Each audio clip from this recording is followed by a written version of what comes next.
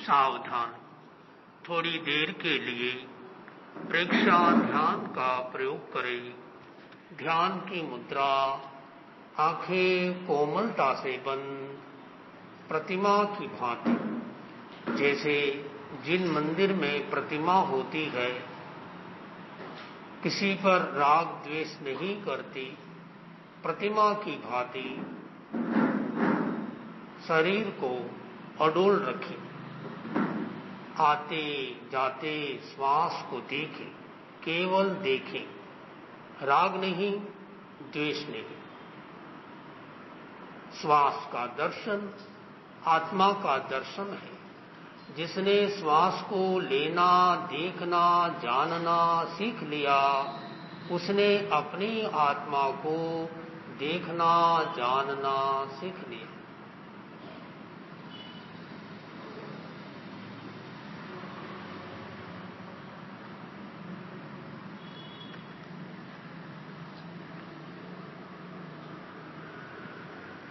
तीन गहरे लंबे श्वास के साथ ध्यान का प्रयोग संपन्न करें।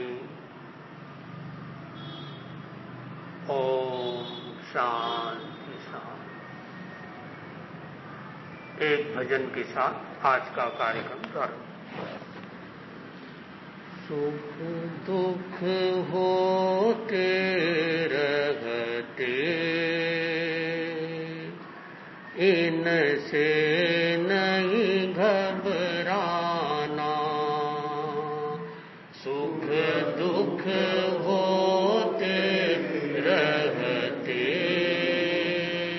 इनसे नहीं घबराना। सुख दुख से अपने को न्यारा करते जाना। सुख दुख से अपने को न्यारा करते जाना। सुख दुख होते रहते, इनसे नहीं घबराना।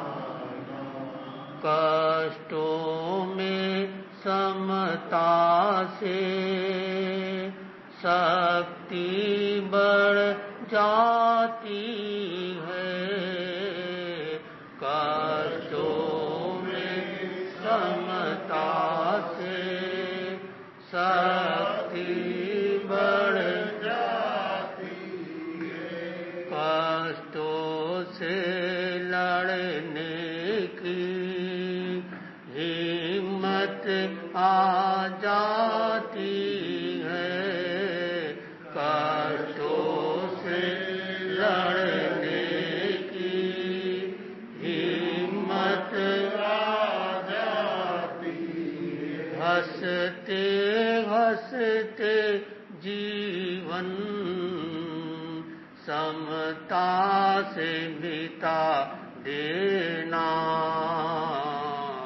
हंसते हंसते जीवन समता से बिता देना।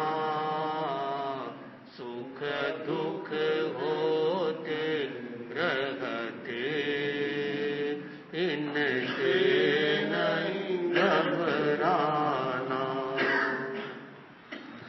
मन में दुख का चिंतन हो, तब दुख बढ़ जाता है।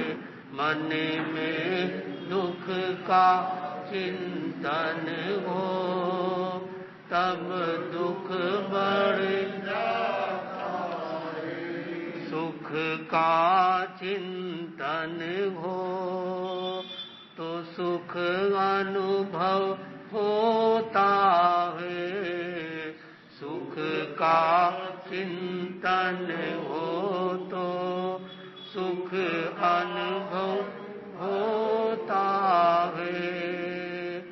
अपने निज चिंतन को सुख सुखमय करते जाना, अपने निज चिंतन को सुखमय करते जाना। सुख दुख होते रहते, इसमें नहीं घबराना।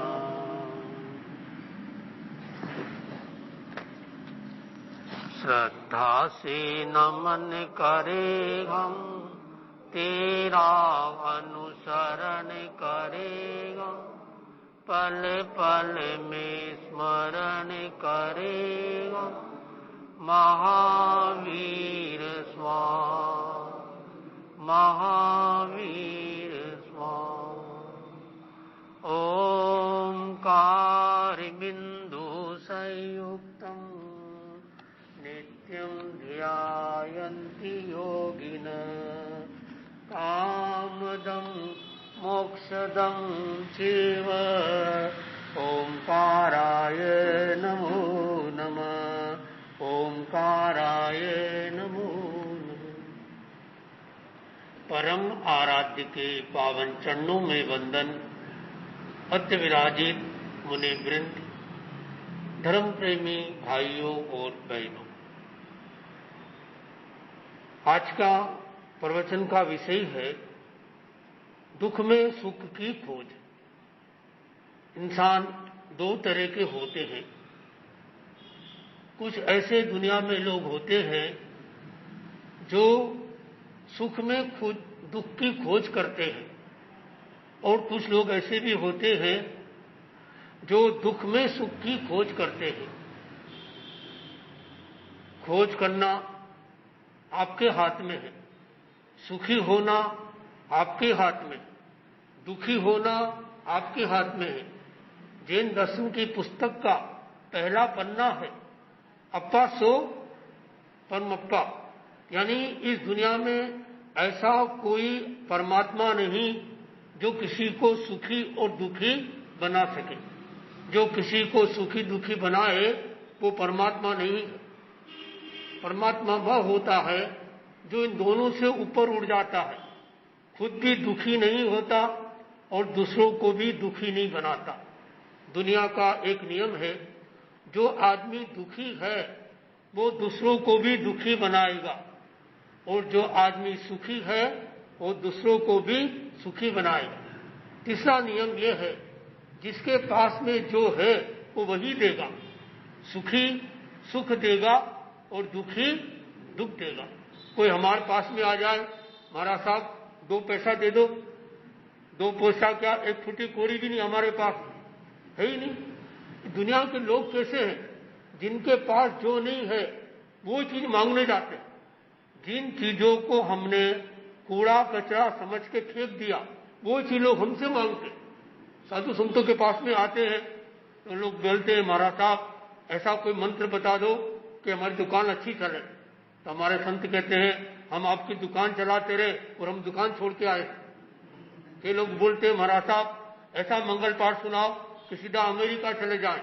तो संत ने कहा, हम आपको अमेरिका भेज दे और हम गली में घूमते रहे। कई लोग बोलते हैं, महाराज साहब ऐसा मंगल पाठ सुनाओ कि हमारी शादी हो जाए, तब आपकी हम शादी कराते रहे और हम कुंवारे घूमते रहे। तो जो चीज हमारे पास नहीं, एक आदमी कोई श्रद्धा रखता होगा, कई तरह की श्रद्धा होती है, कई तरह के लोग होते हैं। तो वो गया, गणेश जी के पास गया, और गणेश जी के 4 हाथ होते हैं, बड़ी महिमा होती है, और कहा कि मेरी शादी नहीं हो रही है। हनुमान जी के पास में गया, बोले मेरी शादी नहीं हो रही है, कोई मेरी लड़की के लिए व्यवस्था कर दो, तो मैं जिंदगी भर तुम्हारे यहाँ कोई चढ़ावा करता रहूंगा। एक कोई समझदार लड़का था, उसने उसको चाटा मारा। बोले तू हनुमान जी से क्या मांगता, बाल ब्रह्मचारी, उनके पास में है ही नहीं व्यवस्था। तू श्री कृष्ण के पास में जाता तो गोपी की व्यवस्था कर, उनके पास बहुत सारी गोपियां। तो गलत जगह आ गया। अब वो गणेश जी के पास में गया, गणेश जी आपका बड़ा पेट है, 4 आपके हाथ है, मेरे पास में बड़ी कमी है, एक मारुति कार की व्यवस्था कर दो, तो मैं जिंदगी भर आपकी पूजा करता रहूंगा। फिर एक लड़के ने कहा, तू गणेश जी से क्या मांगता? उनके पास तो चूहा है, मारुति कार होती तो उस चूहे पे क्यों घूमता? उनके पास में है ही नहीं। तो यही गलती हम लोग, बहुत सारे लोग करते रहते हैं। तो सुख में दुख की खोज। तो यदि हमारा चिंतन सकारात्मक हो तो हम दुख में सुख की खोज करेंगे, और चिंतन यदि नकारात्मक है तो हम सुख में दुख की खोज करेंगे। एक आदमी मेरे पास में आया और मेरे से पुस्तक ले गया कि महाराज साहब, में समझ भी था उसमें, दीवानी की बात है कि आपकी पुस्तक मुझे दे दो पढ़ने के लिए, मैं पढ़कर वापस दे दूंगा। मैंने पुस्तक दी उनको, और 4-5 दिन बाद में आया और वो बोला पुस्तक के अंदर में लगभग 103 गलतियां, अंग्रेजी की गलतियां, संस्कृत में गलतियां, हिंदी में गलती, वाक्य में गलती, इतनी सारी गलतियां, बहुत सारी गलतियां। मैंने कहा ठीक है, अगली बार किताब छपेगी तो आपने गलतियां निकाल दी है तो अगर ध्यान रखेंगे। तो मेरे पास में मुनि श्री खड़े थे, मुनि अमृत कुमार जी साहब। उन्होंने कहा, पुस्तक का नाम क्या है? बोले पुस्तक का नाम तो है दुख में सुख की खोज। बोले तुमने क्या किया? उसने कान पकड़ ली। उसने क्या किया? सुख में दुख की खोज कर ली। जिस व्यक्ति का स्वभाव दुखी रहना है, परमात्मा भी आ जाए उसको सुखी नहीं बना सकते, और जिस व्यक्ति का स्वभाव सुखी रहना है, कोई कितना भी परेशान करे वो कभी दुखी नहीं हो सकता। मैं 92 में जोधपुर में था, मुनि शासन गौरव मुनि श्री राकेश कुमार स्वामी के साथ में मैंने चतुर्मास किया 3 महीने का वहां पर। तो पहले प्रवचन मेरा होता था, वो मुनि से बाद में आते थे। तो मैं प्रवचन देता और मेरे सामने कोई लोग बैठे, वो मेरी बातें नोट करते। 3 महीने हो गए, मेरे मन में आया मैं इतना अच्छा प्रवचन देता हूं तो ये इनकी कॉपी ले लेते हैं, बाद में उस जगह काम आएगी, इतने अच्छी मेरी बातें नोट करता है। मैंने कहा भाई साहब वो आप कॉपी देना। बोले कॉपी क्यों? बोले मैं जो बोलता हूं आप नोट करते हो ना। नहीं नहीं, मैं कॉपी नहीं दूंगा। क्यों? मैं आपने जो बोला वो मैंने नोट नहीं किया। आपने बोलने में कितनी कितनी गलतियां की है। 1 महीने में 1 डायरी भर गई, दूसरे महीने में दूसरी डायरी भर गई, और तीसरा महीना चल रहा है तीसरी डायरी भर रही। मैं तो सारी आपकी गलतियां नोट करता। मैंने कहा भला भाई, मैं तो आपको देख के बोलता था कितनी अच्छी बात है, इतने ध्यान से मेरी बात सुन रहा है तो और अच्छा बोलना चाहिए। मैंने कहा आप पीछे बैठते तो अच्छा रहता। बोले समन जी, अगर पीछे बैठता तो जनता की गलती भी नोट करता। अभी केवल मैंने आप दिखाई दिए तो आपकी गलती दिखाई। तो जिस व्यक्ति का देखने का, अगर हमको अच्छाई देखना है, रावण में भी अच्छाई देख सकते हैं। हमारे जैनों के अनुसार रावण जी आने वाले समय में जैनों के तीर्थंकर बनेंगे। कोई अच्छा काम किया तभी तो बनेंगे। तो बुराई देखना हो आप किसी में भी देख लो, तो भला हो उसका जो हमारा दिल दुखाते हैं, इस बहाने हमको खुदा से करीब तो लाते हैं। तो ये दुख में सुख की खोज। तो घटना क्या घटती है ये 2 नंबर की बात है, घटना को हम कैसे लेते हैं वो 1 नंबर की बात है। चाइना के अंदर एक आदमी के पास एक घोड़ा था, वो बड़ा प्यारा घोड़ा था, ऐसा घोड़ा किसी के पास नहीं था। एक दिन के बाद उसका घोड़ा, रात को कोई चोर आया और चोरी करके ले गया। बताओ ये घटना दुख की है कि सुख की है? बोलो, है दुख की घटना है। तो लोग आए और कहा बड़ी दुख की बात है कि आपका घोड़ा चोरी चला गया। उस आदमी ने कहा दुख की बात है, ऐसा मत कहो, इतना ही कहो कि घोड़ा चोरी चला गया, बस। बोले वो समझ नहीं पाए क्या हुआ। क्या हुआ? वो जो घोड़ा था वो जिस गांव में गया उसने 9 घोड़ों से और दोस्ती कर ली, और वो 9 घोड़े और साथ में आ गए, 10 घोड़े हो गए। इसके बाद फिर गांव के लोग आए और कहा बड़ी सुख की बात है, आपके पास 10 घोड़े हो गए। फिर उसने कहा सुख की बात है, ऐसा मत कहो, इतना ही कहो कि जो घोड़ा चला गया था वो आ गया। ज्यादा व्याख्या मत करो, जल्दी डिसीजन मत लो कि घटना दुख की है या सुख की है, बस घटना घट गई इतना बता दो। वो समझ नहीं पाए क्या हुआ। वो घोड़ा चढ़ा रहा था, घुड़सवारी कर रहा था, और घुड़सवारी करते करते, नया नया घोड़ा था, उसका जवान लड़का था, वो घोड़ा चलाते चलाते उस घोड़े ने उसको ऐसा गिराया कि बेचारी की दोनों टांग टूट गई। बताओ ये घटना दुख की कि सुख की? बोलो, किसी का एक ही जवान लड़का हो और दोनों टांग टूट जाए तो? फिर गांव के लोग आए, भाई बड़ी दुख की बात है, आपकी एक ही जवान लड़का था और दोनों टांग टूट गई। फिर उस आदमी ने कहा, दुख की बात है, ऐसा मत कहो, इतना ही कहो कि टांग टूट गई।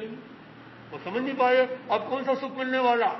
लेकिन 3 दिन बाद वहां के राजा ने घोषणा की, सही घटना बता रहा हूं, इस शहर में जितने भी जवान लड़के हैं उन सबको पकड़ पकड़ के फौज में भर्ती कर दो। सबके लड़के पकड़ा गए, उसका लड़का बच गया जिसकी टांग टूट गई थी। फिर गांव के लोग आए और कहा, बड़ी सुख की बात है, आपका लड़का बच गया। आप समझ गए, आप कोई भी काम कर रहे, आप चाय पी रहे मानो, तो चाय में चीनी नहीं है तो ये मत कहो कि दुख की बात है, चीनी नहीं है, इतने ही कहो चीनी नहीं है, दुख की बात ऐसा मत कहो। तो अच्छाई है वहां सुख मत खोजो, और जहां बुराई है, क्योंकि सुख और दुख दोनों एक सिक्के के 2 पहलू है। सुख आया है तो दुख आएगा, और दुख आया है तो सुख आएगा, दोनों का कनेक्शन है। तो यदि हमारा चिंतन सकारात्मक है, पॉजिटिव है, तो हम क्या करेंगे, सुख में से दुख नहीं खोजेंगे, दुख में से सुख खोज लेंगे। और चिंतन, यदि आप परिवार में रहते हो, परिवार का अर्थ क्या? परिवार, परि यानी चारों तरफ से, वार यानी प्रहार, उसका नाम परिवार। परिवार को अंग्रेजी में क्या कहते हैं? परिवार को अंग्रेजी में कहते हैं फैमिली। फैमिली की स्पेलिंग देखिए क्या है, बताइए। FAMILY, छोटा बच्चा भी जानता, देखिए इसका मीनिंग, एफ यानी फादर, ए यानी एंड, एम यानी मदर, और आई मीन्स में, एल मीन्स लव, वाई मतलब यू। ये परिभाषा हुई परिवार की। आज परिवार का अर्थ क्या हुआ? हम दो, हमारे 2 माँ बाप तो उसमें आए नहीं। तो इस परिवार के अंदर में पति पत्नी भी रहते हैं, तो कभी गुस्से में कुछ बोल भी सकते हैं। एक बार की बात, एक महिला गुस्से में आई और अपने पति को गुस्से में आकर क्या बोला, तू तो बना बनाया जानवर है, एक प्रकार की गाली दे दी। अब देखिए, उसके घर वाले ने जानवर सुनने के बाद कोई प्रतिक्रिया नहीं की, शांत रहा और गुस्सा नहीं किया, और अपनी पत्नी को बोला, आज तूने जिंदगी में पहली बार असली प्रेम दिखाया। क्या बोलने पर? देखिए आप, अब मत बोलना। नंबर 2, अब उस घरवाली ने कहा, अरे मैंने आपको जानवर बोला। बोले, तुम ठीक बोला। कैसे? कैसे क्या? तू मेरी जान, मैं तेरा घर। घटना किसकी थी? दुख की। क्या लिया? सुख लिया। तो आपके हाथ में है। तो हम आज के इस प्रवचन के माध्यम से यह सीखे, जीवन में उतारने की कोशिश करें कि दुख में सुख की खोज करें। इसके लिए आचार्य तुलसी ने उपाय बताया, चिंता मत करो, चिंतन करो। एक होती चिंता, एक होती चिता। कितना अंतर है आप लिख के देखिए, एक बिंदी का अंतर है। चिता चिता समापोक्ता बिंदु मात्र विशेषण। चिता दहती निर्जीव, चिंता दहती सजीव। कितना अच्छा अंतर। जो चिंता होती है, चिता जो होती है, मुर्दे शरीर को जिंदगी में एक बार जलाती है और कोई कष्ट नहीं होता। आप अनुभव कर सकते हो, कैसे करोगे बनने के बाद। लेकिन जो चिंता होती है वो जिंदी आत्मा को पता नहीं कितनी बार जलाती है। हमारे आचार्य श्री महासमुनि जी फरमाते हैं, चिंता करने से 4 नुकसान होते हैं। चिंतया नश्यते रूपम, चिंतया नश्यते बलम, चिंतया नश्यते ज्ञानम, व्याधिर्भवति चिंतया। चिंता करने से 4 नुकसान होते। चिंतया नश्यते रूपम, रूप का नाश होता है। हमने ऐसे लोगों को देखा, जब तक चिंता नहीं थी शरीर भी सुंदर था, चिंता ही शरीर की सुंदरता चली गई। चिंतया नश्यते ज्ञानम, ज्ञान का नाश होता। हमारे जो न्यूरॉन्स है डिस्ट्रॉय हो जाते हैं, नष्ट हो जाते हैं, मेमोरी कमजोर हो जाती है। तो हमारी चिंता आ जाने से याद नहीं रहता है। एक आदमी देखिए, आप भी बचपन में देखिए, बहुत सारी चीजें याद थी अपने को, लेकिन कई बातें भूल गए, चिंता करने से भूल जाते हैं। एक आदमी बचपन में अच्छे अच्छे गीत गाता था, अच्छे राग रागिनी गाता था, शादी उसकी हो गई, उसको कहा आजकल गीत नहीं गाते हो, शादी होने से तो गीत गाना चाहिए, तो कोई राग गाओ, राग। बोले भूल गए राग रंग, भूल गए छकड़ी, 3 चीज याद रही, तेल लूण और लकड़ी। क्या चिंतन करना चाहिए? मुर्दे को भी मिलता है लकड़ी, कपड़ा और आग, जिंदा हो के चिंता करे ताको बड़ो अभाग।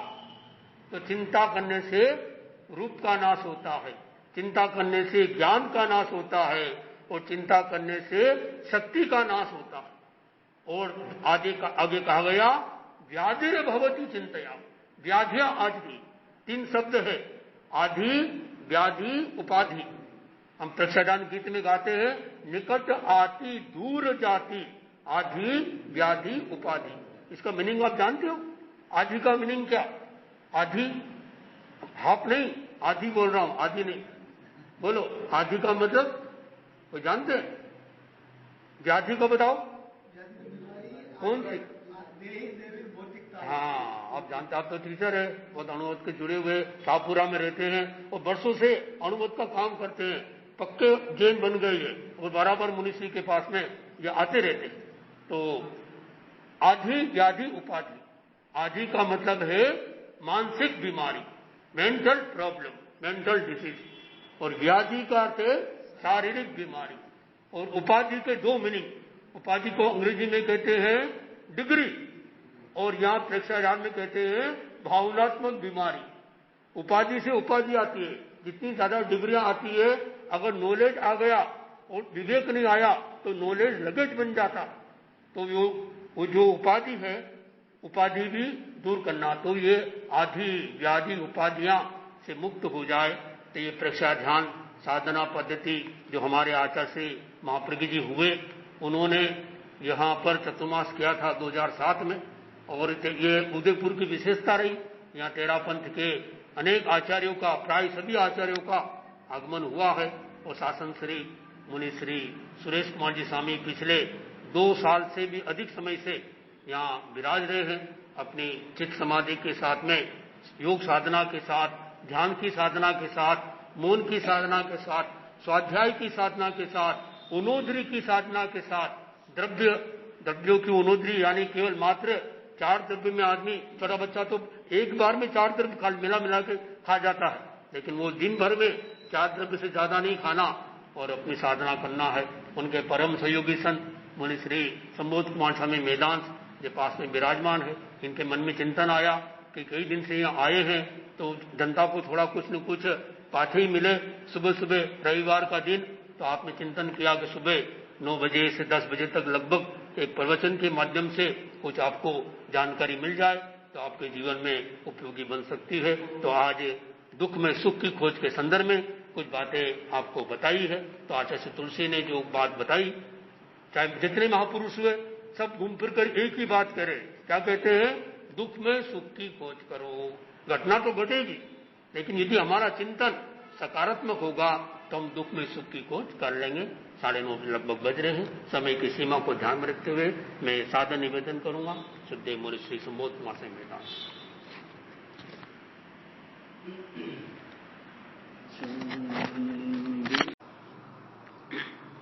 सावधान, थोड़ी देर के लिए प्रेक्षा ध्यान का प्रयोग करें। ध्यान की मुद्रा, आंखें कोमलता से बंद, प्रतिमा की भांति। जैसे जिन मंदिर में प्रतिमा होती है, किसी पर राग द्वेष नहीं करती, प्रतिमा की भांति शरीर को अडोल रखें। आते जाते श्वास को देखें, केवल देखें, राग नहीं, द्वेष नहीं। श्वास का दर्शन आत्मा का दर्शन है। जिसने श्वास को लेना, देखना, जानना सीख लिया, उसने अपनी आत्मा को देखना, जानना सीख लिया।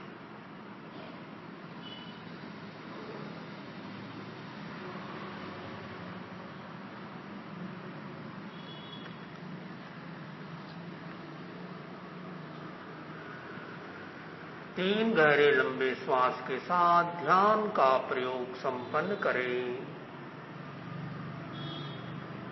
ओम शांति शांति। एक भजन के साथ आज का कार्यक्रम प्रारंभ। सुख दुख होते रहते